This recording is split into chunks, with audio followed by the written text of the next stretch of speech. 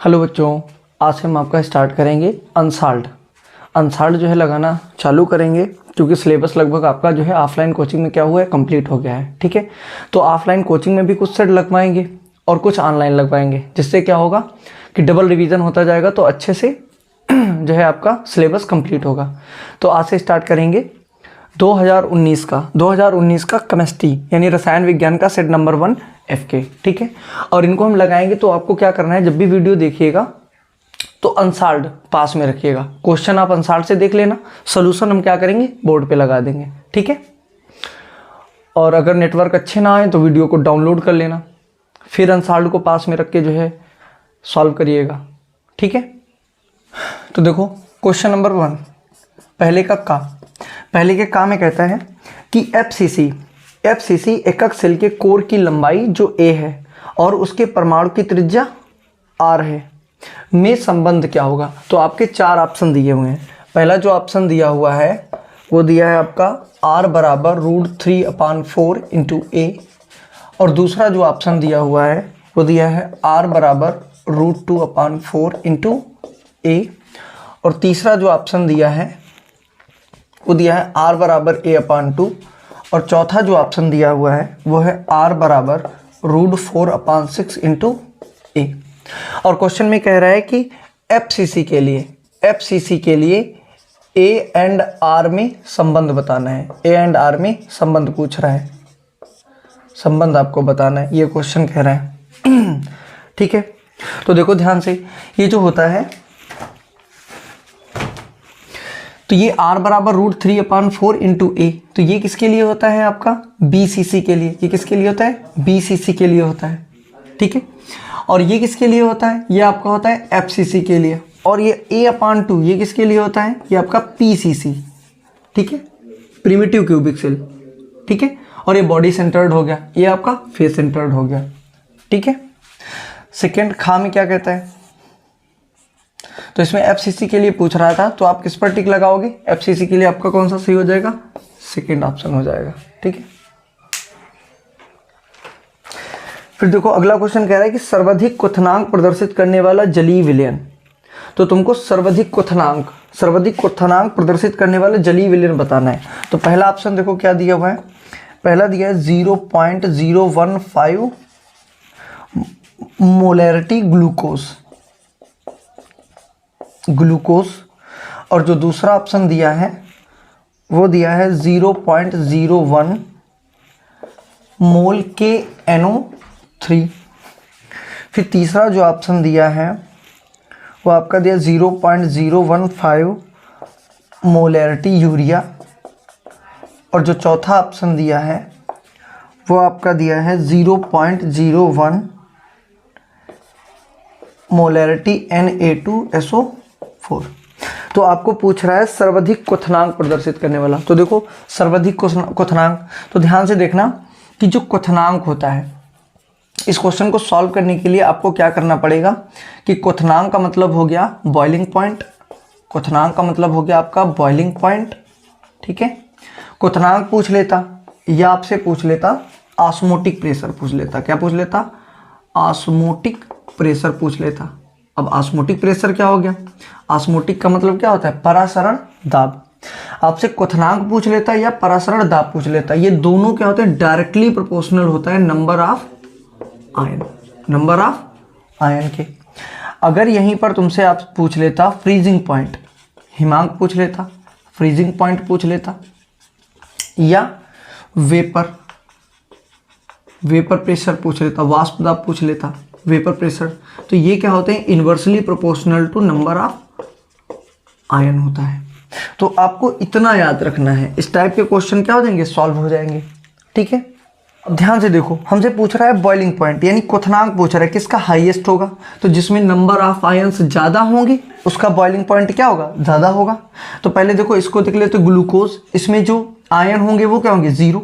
Urea में ion क्या होंगे, 0 हो जाएगा। KNO3 में अगर देखें तो ये बनाएगा K++ NO3 माइनस, तो टोटल कितने आ गए, 2 आयन। और इसमें देखते हैं Na2, तो ये क्या बनाएगा 2Na+ SO4 माइनस माइनस, तो यानी 2 आयन ये, एक ये, तो इसमें कितने हो गए टोटल, इसमें कितने हो गए टोटल 3 आयन। तो सबसे ज़्यादा आयन किस में है? तो सबसे ज़्यादा आयन हमारा Na2SO4 में है। तो Na यानी नंबर ऑफ आयन्स, जितने ज़्यादा आयन होंगे उसका क्वथनांक उतना ही ज़्यादा होगा, जितने ज़्यादा आयन होंगे उसका परासरण दाब उतना ही ज़्यादा होगा, जितने ज़्यादा आयन होंगे उतना ही उसका कम क्या होगा? फ्रीजिंग पॉइंट हिमांक होगा। जितने ज़्यादा आयन होंगे उतना ही कम क्या होगा? उसका वाष्प दाब होगा। ठीक है, तो इसके पास 3 है, इसलिए सबसे ज़्यादा क्या हो जाएगा क्वथनांक आपका? फोर्थ ऑप्शन 0.01 मोल Na2SO4 में क्या होगा? सर्वाधिक क्वथनांक वाला जलीय विलयन हो जाएगा। ठीक है, देखो क्या कहता है पहले का गा। पहले के गा में देखो क्या कह रहा है, कह रहा है कि किसी इलेक्ट्रोड का इलेक्ट्रोड विभव निर्भर करता है। तो किसी इलेक्ट्रोड का इलेक्ट्रोड विभव निर्भर करता है, ऑप्शन है धातु की प्रकृति एवं उसके आयनों पर, ये तो होगा। विलयन में उपस्थित आयनों की सांद्रता पर, इस पर भी निर्भर करता है। दाब पर, ताप पर, तो इसमें ऑप्शन क्या हो जाएगा? जो है दाब पर। दाब पर निर्भर नहीं करता है। ठीक है, बाकी सभी पर करता है, दाब पर निर्भर नहीं करता है। ठीक है, फिर घा देख लो। घा में कह रहा है कि अभिक्रिया ए अभिकारक है और बी उत्पाद में अभिक्रिया की दर अभिकारकों की सांद्रण 4 गुना बढ़ाने पर 2 गुना बढ़ जाती है। अभिक्रिया की कोटि है। तो ध्यान से देखो, इस क्वेश्चन में ऑप्शन दिए हैं 0, 1/2, 2 और 4। ठीक है, तो सबसे पहले इसमें क्या करेंगे? दर समीकरण बनाएंगे। तो कह रहा है कि ए से बी में कन्वर्ट हो जाता है, ए अभिकारक बी में कन्वर्ट हो जाता है। तो अगर हम इसको दर बनाएं तो दर हमारे पास दर क्या होगा? आर बराबर क्या आ जाएगा? देखो दर के लिए होता है आर डायरेक्टली प्रोपोर्शनल टू ए की पावर एन। तो आर बराबर क्या आ जाएगा? डायरेक्टली हटेगा तो एक कांस्टेंट आ जाएगा के, और ए की पावर क्या आ जाएगा? एन हो जाएगा। ठीक है, तो इसको हम क्या करते हैं? समीकरण 1 बना लिया क्वेश्चन के हिसाब से। अब क्वेश्चन में क्या कह रहा है, ध्यान से सुनना। दर क्या हो गया? आर बराबर के और ए की पावर एन। एन जहां क्या है? इसकी समग्र कोटि। एन क्या होती है? समग्र कोटि होती है। ठीक है, आर हो गई दर। अब क्वेश्चन में कह रहा है कि अभिकारकों का सांद्रण 4 गुना, मतलब ये सांद्रण क्या कर दे? 4 गुना, तो ये क्या होती है? 2 गुनी हो जाती है। तो अगले समीकरण में कह रहा है जब ये 2 गुनी हो जाएगी यानी ये 2R हो जाएगी, तो के ये कितना हो जाएगा? 4A हो जाएगा। ये 4 गुना हो जाता है, तो यहाँ पर 4A की पावर क्या कर देंगे? एन। समीकरण क्या दिए? 2 बना लिया। ठीक है, अब क्या करते हैं? इनको भाग दे देते हैं, समीकरण 1 और 2 को भाग देने पर। तो R/2R equal to K into A की पावर एन बटे में K इंटू 4A की पावर एन। तो R से R, K से K कैंसिल हो गया, तो यहाँ क्या बचा? 1/2 बराबर, यहाँ पर क्या बचने वाला? A की घात n, और नीचे देखो इसको हम ऐसे लिख सकते हैं 4 की घात n और इंटू A की घात n। अलग अलग कर लेते हैं, तो A की घात n, A की घात n क्या हो गया? कैंसिल हो गया। तो हमारा क्या निकलने वाला है? 1/2 बराबर 1/4 की पावर n। इसको हम ऐसे भी लिख सकते हैं क्या? 4 की पावर n इक्वल टू 2 की पावर 1, और इस 4 को ऐसे भी तो लिख सकते हैं 2 की घात n बराबर 2 की घात 1। ठीक है, बेस बराबर है तो घातों की तुलना कंपैरिजन कर लो, तो क्या आएगा? 2n बराबर 1। तो n बराबर क्या आ गया? 1/। ठीक है, तो हम दर समीकरण बनाएंगे। पहला आपका नॉर्मल दर समीकरण बनेगा, फिर आपका कह रहा है कि जो दर है वो 2 गुनी हो जाती है। कब? जब इसका जो सांद्रण है वो कितना हो जाता है? 4 गुना। तो देखो इसको 4 गुना कर दिया, इसकी दर को 2 गुना कर दिया, समीकरण 1, 2 बना और एक दूसरे को भाग दिया, और कोटि हमारी जो n क्या है? n हमारी क्या है? अभिक्रिया की कोटि है। अभिक्रिया की कोटि है, तो अभिक्रिया की कोटि क्या हो जानी है? 1/2 हो जानी है। ठीक है, फिर नेक्स्ट देखो, फिर अगला है क्वेश्चन नंबर 1 का अंगा। इसमें देखो क्या कह रहा है, कह रहा है कि I2 एवं क्षार के साथ गर्म करने पर कौन आयोडोफार्म नहीं बनाता है। तो देखो आयोडोफार्म बनाते कौन है? आयोडोफार्म बनाता कौन है? तो आयोडोफार्म बनाने वाले कौन से होते हैं? तो लिख लो जिनमें समूह कौन सा? CH3 single bond C double bond O single bond, या CH3 single bond CH single bond OH उपस्थित होते हैं, वे आयोडोफार्म अभिक्रिया प्रदर्शित करते हैं। ऑप्शन देख लेते हैं कि कौन आयोडोफॉर्म अभिक्रिया नहीं देता है। तो पहला ऑप्शन क्या कह रहा है, एसीटोन। तो पहला क्या कह रहा है, एसीटोन। तो एसीटोन के लिए क्या बनेगा, CH3 single bond C double bond O single bond CH3। ये हमारा क्या होता है, एसीटोन का स्ट्रक्चर हो गया। तो क्या एसीटोन में देखो ये समूह प्रेजेंट है, ये समूह प्रेजेंट है, तो इसका मतलब ये आयोडोफॉर्म अभिक्रिया देगा। फिर दूसरा क्या कहते हैं, दूसरा है एथेनॉल। दूसरा क्या हो गया, एथेनॉल, यानी CH3 single bond CH2 single bond OH CH2OH। देखो हम इसको ऐसे भी तो लिख सकते हैं, इसको हम या करके ऐसे लिख सकते हैं, CH3 सिंगल बॉन्ड CH के ऊपर OH और सिंगल बॉन्ड H। तो देखो यहाँ पर क्या हमारे पास ये ग्रुप प्रेजेंट है, तो प्रेजेंट है, इसका मतलब ये भी क्या करेगा, आयोडोफॉर्म अभिक्रिया देगा। फिर तीसरा देखो क्या दिया हुआ है, तीसरा कह रहा है मिथेनॉल। तीसरा मिथेनॉल, यानी CH3 सिंगल बॉन्ड OH। ये हमारा क्या है, मिथेनॉल है, और ये हमारा क्या था, एथेनॉल था। क्या इसमें इन दोनों समूह में से कोई प्रेजेंट है, नहीं है, तो ये वाला आयोडोफॉर्म अभिक्रिया नहीं देगा। फिर चौथा देखो क्या कह रहा है, चौथे में कह रहा है एसीटेल्डिहाइड, यानी CH3 single bond C double bond O single bond H। ये क्या हो गया हमारा, CH3 CHO, तो एसीटेल्डिहाइड हो गया। तो क्या हमारे पास इसमें ये समूह प्रेजेंट है, इसका मतलब ये भी देगा। तो आपका ऑप्शन कौन सा सही हो जाएगा कि मिथेनॉल आयोडोफॉर्म अभिक्रिया नहीं देगा। बात समझ में आ गई, ठीक है। फिर लास्ट देखो, लास्ट बचा हुआ है आपका क्वेश्चन नंबर 1 का चा। क्वेश्चन नंबर 1 का चा। तो चा में क्या कह रहा है, विटामिन डी का रासायनिक नाम है। तो विटामिन डी का देखो पहला क्या कह रहा है, थायमीन। पहला क्या दिया है, थायमीन। तो थायमीन किसका होता है, B1 का नाम होता है। दूसरा आपका दिया है राइबोफ्लेविन। राइबोफ्लेविन, तो राइबोफ्लेविन किसका होता है, ये B2 का होता है। फिर तीसरा आपका क्या दिया हुआ है, कैल्सीफेरॉल। कैल्सीफेरॉल, तो जो कैल्सीफेरॉल है ये विटामिन किसका होता है, डी का होता है। और जो चौथा है, चौथा दिया है एस्कॉर्बिक। क्या दिया हुआ है, एस्कॉर्बिक अम्ल। एस्कॉर्बिक अम्ल ये किसका होता है, विटामिन सी का होता है। ठीक है, ये विटामिन किसका हो गया, सी का हो गया। तो ऑप्शन कौन सा हो जाएगा, कैल्सीफेरॉल क्या है, विटामिन डी का रासायनिक नाम है। ठीक है, अब आ जाएंगे क्वेश्चन नंबर 2 के का पे। तो क्वेश्चन नंबर 2 का क्या कहते हैं, पर ये कह रहा है सोडियम धातु घनाकार जालक के रूप में क्रिस्टलीकृत होता है तथा एकक सेल का कोर। तो देखो सोडियम धातु है, तो किसकी बात हो रही, सोडियम धातु की बात हो रही। तो हम यहाँ लिख लेते हैं क्वेश्चन में हमारी सोडियम धातु की बात हो रही। तो सोडियम धातु का जो परमाणु भार होता है, परमाणु भार यानी हम लिख सकते हैं m बराबर कितना होता है, 23 होता है। ये हमको पता चला, सोडियम की बात करी तो सोडियम का परमाणु भार 23 होता है, हमको पता चल गया। परमाणु भार को हो या द्रव्यमान संख्या को हो, ठीक है। फिर कह रहा है तथा एकक सेल का कोर। तो एकक सेल की जो कोर होती है, एकक सेल की कोर, तो एकक सेल की कोर को ए से रिप्रेजेंट करते हैं। ए बराबर कितना दिया हुआ है, 430 पिकोमीटर। 430 पिकोमीटर, तो पिकोमीटर को मीटर में बदलो तो यहाँ पर लिखेंगे चूंकि 1 पिकोमीटर बराबर होता है 10 की पावर -12 मीटर।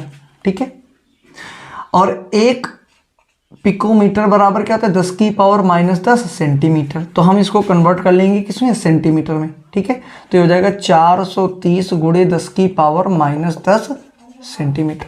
अच्छा, सेंटीमीटर में क्यों कन्वर्ट किया, मीटर में क्यों नहीं किया, क्योंकि इसका आगे जो घनत्व दिया होगा वो ग्राम प्रति सेंटीमीटर क्यूब में दिया होगा, इसलिए हम इसको सेंटीमीटर में कन्वर्ट करें।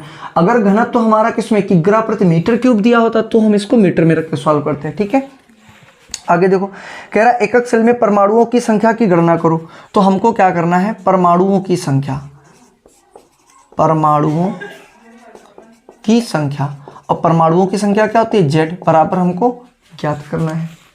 आगे कह रहा है कि सोडियम का जो घनत्व है, सोडियम का घनत्व, तो सोडियम का घनत्व, घनत्व क्या होता है, रो बराबर कितना दिया है, 0.9623 ग्राम प्रति सेंटीमीटर क्यूब। देखो घनत्व ग्राम प्रति सेंटीमीटर क्यूब में दिया, इसलिए हम इसका मान किस में रखेंगे, सेंटीमीटर में रख के सॉल्व करेंगे।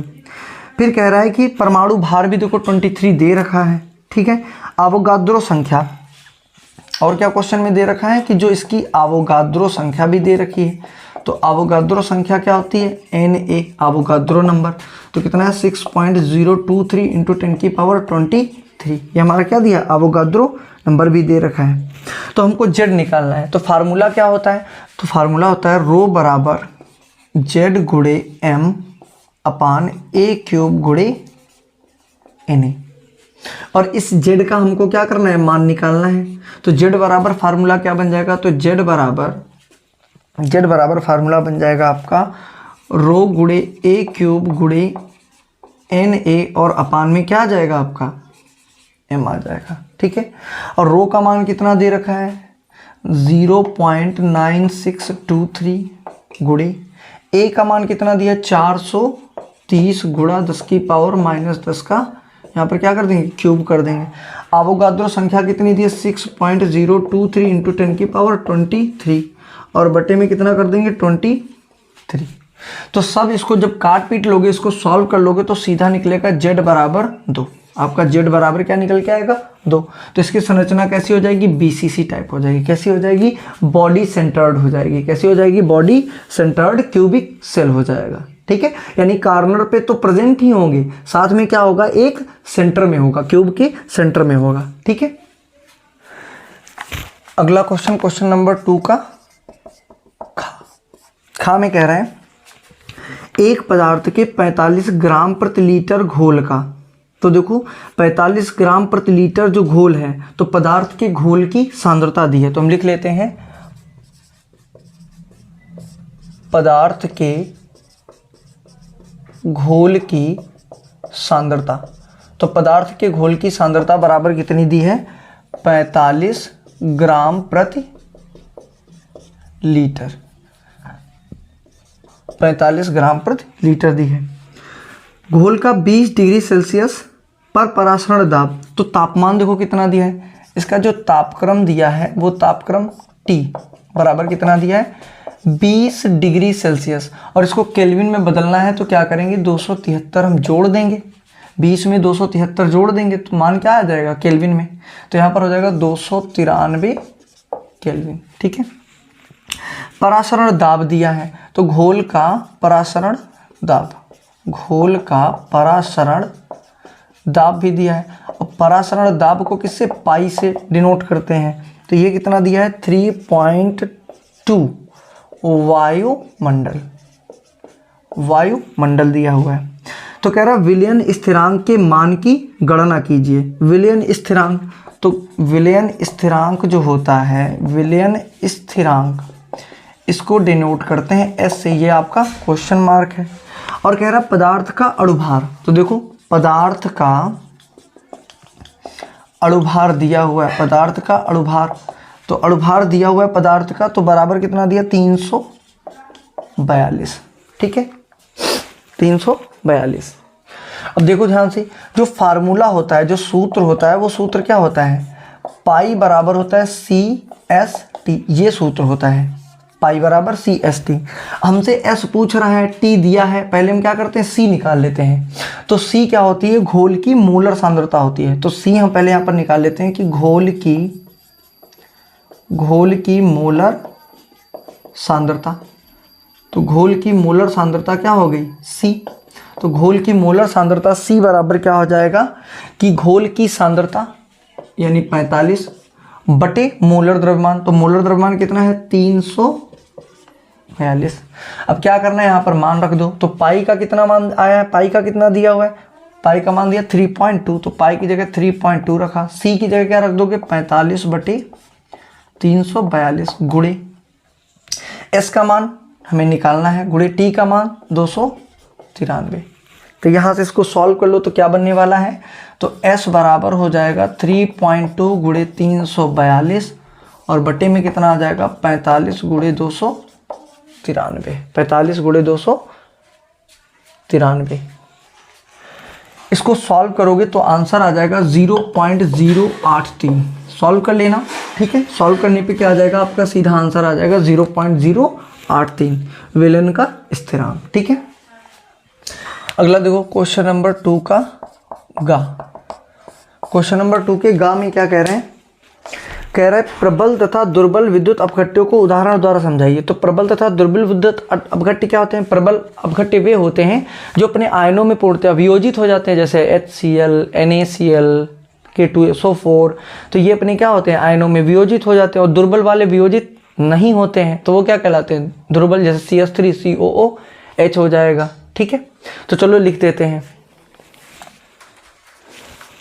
ठीक है, देखो क्वेश्चन नंबर गा में कह रहा है प्रबल एवं दुर्बल। तो देखो प्रबल विद्युत अपघट्य क्या होते हैं? वे विद्युत अपघट्य जो पूर्णतः आयनों में वियोजित हो जाते हैं। जो पूर्णतः वियोजित हो जाएंगे वो क्या कहलाएंगे? प्रबल विद्युत अपघट्य कहलाएंगे, जैसे HCl, H2SO4, HNO3, NaOH। और दुर्बल विद्युत अपघट्य वे विद्युत अपघट्य जो पूर्णतः आयनित नहीं होते हैं, यानी इनमें आंशिक आयनन होता है, जैसे NH4OH, CH3OH। ठीक है, फिर क्वेश्चन नंबर गा देखो, क्वेश्चन नंबर 2 का घा। क्वेश्चन नंबर 2 के घा में क्या कहता है? कह रहा है कि Mg ठोस है और कन्वर्ट हो गया किसमें? Mg2+ में। तो देखो ध्यान से, इसमें दिया है कि जो Mg है बन रहा है क्या? Mg2+। ठीक है, और इसके लिए 0.1 मोलरिटी दे रखी है। फिर कह रहा है कि Cu2+। ठीक है, और इसके लिए कितना दिया है? 1 × 10⁻⁻1 मोलरिटी दे रखी है। फिर दिया है Cu, ये भी क्या है? ठोस है। सेल के EMF की गणना करनी है। तो यानी ये क्वेश्चन दे रखा है और E.M.F बराबर क्वेश्चन मार्क, ये हमसे पूछ रहा है। और क्वेश्चन में क्या दे रखा है? और क्वेश्चन में दिया है कि E डिग्री जो दी रखी है वो Cu2+ और Cu बराबर कितना दे रखा है? 0.34 वोल्ट। और जो E डिग्री किसकी दे रखी है? Mg2+ से Mg की दे रखी, वो कितनी दे रखी है? -2.37 वोल्ट। ठीक है, यहाँ पर क्या हो रहा है कि ये क्या बन रहा है? Mg से Mg2+ बन रहा है, यानी हमको रिएक्शन लिखनी है। तो देखो ध्यान से, क्या हो रहा है कि जो Mg है वो Mg से क्या बन गया? Mg2+। मतलब इससे 2 इलेक्ट्रॉन रिमूव हो गए, यानी 2 इलेक्ट्रॉन बाहर निकल गए। तो देखो Mg का ऑक्सीडेशन नंबर 0 था और +2 हुआ, तो यहाँ पर क्या हो रहा? ऑक्सीकरण हो रहा। तो यानी ये क्या हो गई? एक ऑक्सीकरण अपक्रिया हो गई। ध्यान से सुनना, ये क्या हो गई? एक ऑक्सीकरण अपक्रिया हो गई। तो ये ऑक्सीकरण अपक्रिया हो गई, तो क्या ये हाफ रिएक्शन है हमारे पास? तो ऑक्सीडेशन रिएक्शन कहाँ होने वाली है? ये कहाँ होगी? एनोड पर। ये कहाँ पर होगी? ये एनोड पर होगी। ठीक है, अगले में Cu+2 से Cu बन रहा, तो अगली रिएक्शन क्या है? Cu+2 से कन्वर्ट होके क्या बना? Cu बना। तो क्या यही 2 इलेक्ट्रॉन इसने यूज कर लिए होंगे, तभी तो अपना धनायन खत्म कर लिया। तो ऑक्सीडेशन +2 से 0 हो गया, तो इसका मतलब क्या हो रहा? अपचयन। ये कैसी एक अपचयन अपक्रिया है? अपचयन अपक्रिया है। तो ये अपचयन अपक्रिया कहाँ होती है? ये हो रही होगी कैथोड पर। ये कहाँ हो रही होगी? कैथोड पर हो रही होगी। अब ये हाफ रिएक्शन, ये हाफ रिएक्शन है, तो दोनों को मिला के हमारे पास एक पूर्ण अपक्रिया ले लेते हैं। तो क्या होने वाला है? Mg और प्लस Cu2+, एरो 2 इलेक्ट्रॉन इधर 2 इलेक्ट्रॉन उधर, तो कैंसिल हो गया। तो क्या बनने वाला है? Mg2+ प्लस क्या होने वाला है? Cu। तो ये हमारे पास क्या आ गई? एक रिएक्शन आ गई, कंप्लीट रिएक्शन। ठीक है, जो इलेक्ट्रोड के अंदर हो रही होगी, संपन्न हो रही होगी। ठीक है, अब हमसे पूछ रहा है कि EMF निकालना है। तो पहले हमको क्या करना है कि E डिग्री सेल का मानक EMF निकाल लेते हैं। तो हमको पता है कि E डिग्री सेल अगर हमको निकालना है तो हमको पता होना चाहिए E किसका? E कैथोड का और -E एनोड का। ठीक है, क्योंकि नष्ट समीकरण से सॉल्व करेंगे और नष्ट समीकरण के लिए E सेल हमको पता होना चाहिए। तो क्या हमारे पास E डिग्री कैथोड का और E डिग्री एनोड का क्वेश्चन में दे रखा गया है। ठीक है, तो यहां से हमारा क्या हो जाने वाला है? E कैथोड का मान कितना है? 0.34 माइनस, और E एनोड का मान क्या हो जाना है? -2.37। तो जुड़ के क्या आना है? 0.34 माइनस प्लस 2.37। तो ये जुड़ जाएगा। तो जुड़ने के बाद हमको यहाँ से E डिग्री सेल का मान कितना पता चला? पता चला है 7 4 11 का 1, 3 3 6 और 1 7, 2.71 वोल्ट। क्या हमको E डिग्री सेल का मान पता हो गया? कितना आया? बराबर 2.71 वोल्ट। ठीक है, तो E सेल का मान आ गया। अब हम EMF क्या करेंगे? नष्ट समीकरण की विधि से लगा लेंगे। ठीक है, इसको नोट करो, थोड़ा बोर्ड खाली हो जाए फिर आगे लगाते हैं। तो देखो क्या करेंगे? नेक्स्ट समीकरण लगा देते हैं। तो नेक्स्ट समीकरण हमारा क्या होता है? ध्यान से देखना। नेक्स्ट समीकरण क्या होता है? नेक्स्ट समीकरण कहता है कि अगर आपको मानक इलेक्ट्रोड ई सेल निकालना है, क्या निकालना है? ईएमएफ निकालना है। ये क्या होता है? E cell. तो बराबर क्या हो जाएगा? ई डिग्री सेल और माइनस 0.0593 अपान में एन, और यहाँ पर आ जाता है लॉग, और लॉग के बाद आता है ऊपर आता है ऑक्सीडेशन और बटे रिडक्शन। पेन नहीं, ABCD नहीं तुम लिखोगे, ठीक है। तो हमको क्या करना है? ई शेल का निकालना है। तो E cell equal to E degree cell का मान कितना आया था? 2.71 निकाले थे, माइनस 0.0593 अपान एन। एन क्या है भैया? तुम जाओ दादी अम्मा जाओ।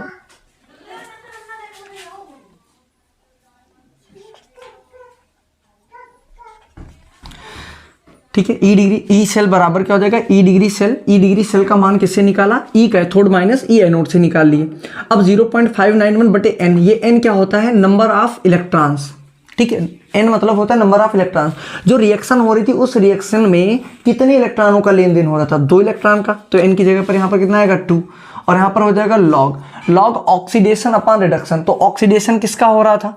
Mg2+ का हो रहा था। रिडक्शन किसका हो रहा था? Cu2+ का हो रहा था। तो यहाँ पर हम लेंगे Mg2+ और अपान में आ जाएगा Cu2+, ठीक है, इस तरीके से। ठीक है, सॉल्व करते हैं। 2.71 माइनस ये क्या हो जाएगा? 0.0591 अपान 2, और यहाँ पर आ गया लॉग।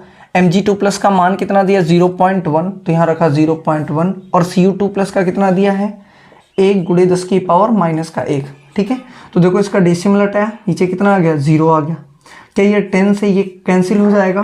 तो यहाँ पर क्या निकलने वाला है? 2.71 माइनस 0.0591 अपान में 2, और यहाँ कितना आने वाला है? log 1, ठीक है।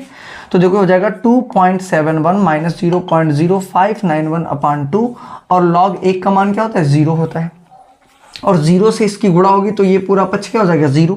तो यानी हमारा ई शेल जो ईएमएफ आया वो कितना आ गया? 2.71 वोल्ट। ये हमारा क्या हो गया? आंसर हो गया, ठीक है, नोट कर लो। फिर देखो अगला क्वेश्चन क्या कह रहे हैं? कह रहे हैं क्वेश्चन नंबर 2 का घा। क्वेश्चन नंबर 2 का घा कह रहा है निम्नलिखित गुणों के आधार पर द्रव विरोधी तथा द्रव स्नेही साल में अंतर स्पष्ट कीजिए। ठीक है, तो देखो आपकी स्क्रीन पे क्या है कि द्रव विरोधी तथा द्रव स्नेही साल में अंतर जो है शो कर रहा होगा। ठीक है, तो देखो आपका कॉलम बना हुआ, एक तरफ गुण है और एक तरफ द्रव स्नेही कोलाइड, दूसरी तरफ द्रव विरोधी कोलाइड। और द्रव स्नेही को द्रव रागी कोलाइड बोलते हैं और द्रव विरोधी कोलाइड को द्रव विरागी कोलाइड बोलते हैं। ठीक है, अब नीचे देखो, पहले में कह रहे हैं कि श्यानता जिसकी हम विस्कासता बोलते हैं, तो उसमें क्या होता है कि द्रव स्नेही में श्यानता अधिक होती है और उसमें लगभग बराबर होती है। फिर विद्युत अपघट्य या प्रभाव, तो उसमें देखते हो कि सरलता से स्कंदन नहीं होता है और उधर सरलता से यानी शीघ्रता से स्कंदन हो जाता है। फिर पृष्ठ तनाव, इनका पृष्ठ तनाव कम होता है और उनका लगभग बराबर होता है। फिर विद्युत आवेश पीएच मान पर निर्भर करता है और उधर वाला पीएच मान पर निर्भर नहीं करता है। ठीक है, तो अगला क्वेश्चन देखो, क्वेश्चन नंबर 3 आ जाते हैं। क्वेश्चन नंबर 3 का क्वेश्चन नंबर 3 का देखो ध्यान से, क्वेश्चन में क्या कह रहा है। क्वेश्चन में कह रहा है 20 डिग्री सेल्सियस ताप पर किसी अवाष्पशील विद्युत अनपघट्य पदार्थ के 10 ग्राम को 100 ग्राम जल में विलय करने पर, तो देखो यहाँ पर कह रहा है कि 10 ग्राम को 100 ग्राम में विलय करा जाता है। तो सिंपल सी बात है कि जब भी कोई विलयन बनेगा तो उसमें क्या रहा होगा, एक विलेय होगा और एक क्या रहा होगा, विलायक होगा, और दोनों मिलकर क्या कर रहे होंगे, एक विलयन बना रहे होंगे। सिंपल सी बात है, ये तो सबको पता है, एक विलेय होगा और एक विलायक होगा। अब क्वेश्चन के हिसाब से जो विलेय है वो कितना है, 10 ग्राम दे रखा है, और जो विलायक है वो कितना दे रखा है, 100 ग्राम दे रखा है। ठीक है, तो विलयन कितना होगा, 110 ग्राम बन रहा होगा। ठीक है, आगे देखो ध्यान से, और कह रहा है कि 100 ग्राम जल में विलेय करने पर वाष्प दाब इतने से घटकर इतना हो जाता है। विलेय का अणुभार ज्ञात कीजिए, तो हमको विलेय का अणुभार ज्ञात करना है। तो वाष्प दाब देखो कह रहा है कि जो विलायक था, जो विलायक का वाष्प दाब था, क्या था, वाष्प दाब। तो इस विलायक का जो वाष्प दाब था इसको P डिग्री से डिनोट करते हैं, वो कितना था, 17.8 535 mm था, ठीक है। और घटकर कितना हो गया, यानी ये सोल्यूशन है, विलयन है, तो विलयन को PS से डिनोट करते हैं, ये भी वाष्प दाब हो गया। ये घटकर कितना हो गया, 17.235 mm घटकर रह गया। तो विलेय का अणुभार निकालना है, तो हमको क्या करना है, विलेय का अणुभार बराबर क्वेश्चन मार्क निकालना है। अच्छा, क्या हमको विलायक का भार पता है? विलायक का भार 100 ग्राम पता है। विलेय का भार कितना पता है? 100 ग्राम पता है। लेकिन विलेय का अणुभार हमको नहीं पता है, तो हमको वही क्या करना है, निकालना है, ठीक है। तो हम यहाँ पर क्या करेंगे, इसको किससे सॉल्व करेंगे, राउल्ट के नियम से सॉल्व कर लेते हैं। तो राउल्ट के नियम से, तो राउल्ट का नियम क्या कहता है, राउल्ट का नियम कहता है कि P डिग्री माइनस का PS अपान में P डिग्री। नहीं समझ में आया? P डिग्री क्या हो गया, वाष्प दाब किसका, विलायक का, किसका, विलायक का वाष्प दाब, माइनस विलयन का वाष्प दाब बटे फिर से विलायक का वाष्प दाब, और बराबर में क्या आ जाएगा, विलेय के मोलों की संख्या और अपान में विलायक के मोलों की संख्या। ये क्या आ जाएगा, विलेय के मोलों की संख्या, विलेय के मोलों की संख्या, और बटे में क्या आ जाएगा, विलायक के मोलों की संख्या, विलायक के मोलों की संख्या। विलायक की मात्रा ज्यादा होती है इसलिए इसको कैपिटल N से डिनोट किया, और विलेय की मात्रा कम होती है इसलिए इसको स्मॉल n से डिनोट कर, ठीक है। आगे देखो, अब P डिग्री का मान हमको पता है कितना है, 17.535 माइनस P सोल्यूशन का कितना है, 17.235 है, ठीक है। और बटे में कितना आ जाएगा, 17.535 आ गया, बराबर।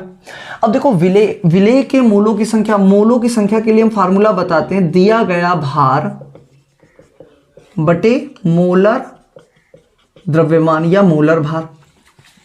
तो विलेय में क्या कर रहा था, ध्यान से सुनना, विलेय में एक पदार्थ था, हमको नहीं पता, लेकिन विलायक तो जो था वो जल था। विलायक क्या था, जल था, और जल का जो मॉलिक्यूलर वेट होता है वो कितना होता है, 18 होता है, 18।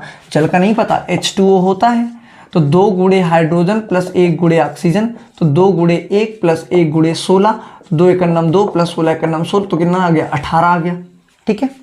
और इसका हमको नहीं पता, तो पदार्थ का जो मोलर द्रव्यमान होगा वही तो हमको निकालना है, तो देखो n की जगह हम क्या रखेंगे, दिया गया भार, तो स्मॉल लेटर में दिया गया भार मतलब W, और बटे इसका मोलर द्रव्यमान यानी स्मॉल m, बटे विलायक की मात्रा ज्यादा होती है तो कैपिटल, इसको भी कैपिटल, तो दिया गया भार क्या हो जाएगा, कैपिटल W, और बटे क्या आ जाएगा, कैपिटल M आ जाएगा। क्लियर है? फिर देखो ये क्या हो जाएगा, इसको सॉल्व कर लो, तो यहाँ से जब घटाओगे तो 332 में से घटेगा, तो 5 में से 5 गया 0, और 3 में से 3 गया 0, 5 में से 2 है तो 3.0 बटे 17.535 बराबर। इसको क्या हम ऐसे लिख सकते हैं, W अपान स्मॉल m गुणे कैपिटल M अपान कैपिटल W, ठीक है। अब इधर देख लो, तो यहाँ पर हो जाएगा 300 बटे 17.535। देखो इसका डेसिमल हटा दिया, इसका डेसिमल हटा दिया, बराबर हो गया। अब बराबर देखो क्या दिया है, स्मॉल W का मान कितना दिया है, 10 ग्राम, तो यहाँ रखा 10 ग्राम, बटे स्मॉल m का मान नहीं पता, निकालना है। कैपिटल M का मान कितना दिया है, 100 ग्राम, बटे मोलर द्रव्यमान, वाटर का कैपिटल M दिया है, तो मोलर द्रव्यमान कितना है, जल का 18, भार कितना दिया है, 100, तो 0 से 0 कैंसिल हो गया, हमको M निकालना है, तो क्रॉस मल्टीप्लाई कर लेते हैं। तो क्रॉस मल्टीप्लाई करोगे तो M बराबर क्या हो जाएगा, इनका गुणा हो जाएगा, तो हो जाएगा 18 गुणे 17.535, और बटे में कितना आ जाएगा, 300, ठीक है। इसको सॉल्व कर लोगे तो आंसर आएगा 105.21 ग्राम प्रति मोल, ठीक है। इस तरीके से क्या हुआ, क्वेश्चन नंबर 3 का भी आपका लग गया। अगला देखो, क्वेश्चन नंबर 3 का आता है आपका खा। क्वेश्चन नंबर 3 का खा, तो क्वेश्चन नंबर 3 के खा में कह रहा है, किसी विद्युत अपघट्य की चालकता और मोलर चालकता को परिभाषित कीजिए। फिर कह रहा है सांद्रता परिवर्तन करने पर इन पर क्या प्रभाव होगा, समझाइए, ठीक है। तो एक ये पूरा थ्योरेटिकली क्वेश्चन है, तो देखो आपकी स्लाइड पे क्या हो रहा है, इस क्वेश्चन का आंसर आ रहा होगा, ठीक है। तो हेडिंग देखो पड़ी होगी चालकत्व, लिखा है किसी विद्युत अपघट्य के विलयन या उसकी गलित अवस्था में विद्युत धारा प्रवाहित करने की क्षमता उसका विद्युत अपघटनी चालकत्व कहलाता है। मात्रक मोह इनवर्स होता है या म्यों होता है। विद्युत अपघट्यों के विलयन की चालकता अंग प्रतिरोध का व्युत्क्रम होता है। यह ओम के नियम का पालन करती है। फिर नीचे देखो दिया I directly proportional to 1/r, I बराबर v/r। तो इसी तरीके से कॉम्बिनेशन करके यानी चालकता जो होता है इनवर्सली प्रोपोर्शनल टू 1/, प्रतिरोध होता है, तो ओम के नियम को लगाया।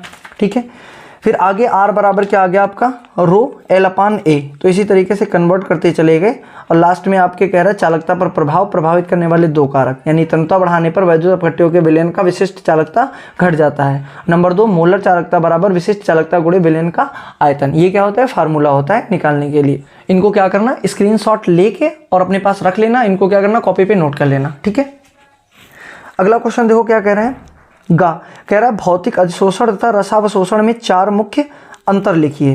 तो देखो आपके स्क्रीन पर क्या हो रहा है, शो हो रहा होगा। तो कह रहा है एक तरफ लिखा है भौतिक अधिशोषण और रसावशोषण में अंतर, तो अधिशोषण और अवशोषण। गुण लिखा है प्रकृत उत्क्रमणीयता, अधिशोषक की प्रकृति, दाब का प्रभाव, ताप का प्रभाव। ठीक है, इसमें कुछ ऐसा नहीं है जो समझा जाए, जो ऑफलाइन बच्चे पढ़ते हैं उनको अच्छे से ये चीज़ें पता है। ठीक है, बस आपको कहीं ढूंढना ना पड़े, एक जगह कलेक्ट करके हम आपको दिए दे रहे हैं, जिससे आपका टाइम बचे और अच्छे से अनसॉल्व करो और तैयार कर लो। अगला क्वेश्चन क्या कह रहा है, क्वेश्चन नंबर घ।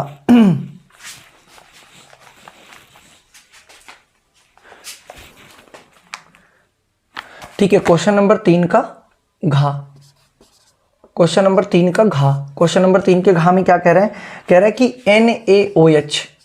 NaOH की रिएक्शन अगर Br2 के साथ करा दी जाए और क्या करा देगी ठंडे में, तो कह रहा है क्या बनने वाला है।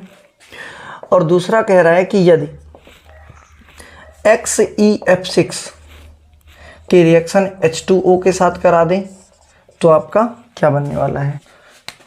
तो यहाँ पर क्या होगा, NaBr को लेकर क्या बनाने वाला है, NaBr बनाएगा प्लस NaBrO3 बना लेगा प्लस H2 बना लेगा। ठीक है, इक्वेशन को बैलेंस कर लो। तो इक्वेशन को बैलेंस करने के लिए क्या करो, यहाँ पर 6 लगा दो, यहाँ 3 लगा दो, 6 3, यहाँ पर 5 लगा दो, यहाँ पर 3 लगा दो। क्या बैलेंस हो रही है, 6 Na 5 और एक 6 Na हो गया, 3 दूनी 6 Br हो गए, 5 और एक 6 Br हो गए और हाइड्रोजन के 6 और 3 दूनी 6। ऑक्सीजन का कितना हो रहा है इधर 6, ऑक्सीजन का हो रहा है 3 3 6। ठीक है, बैलेंस है।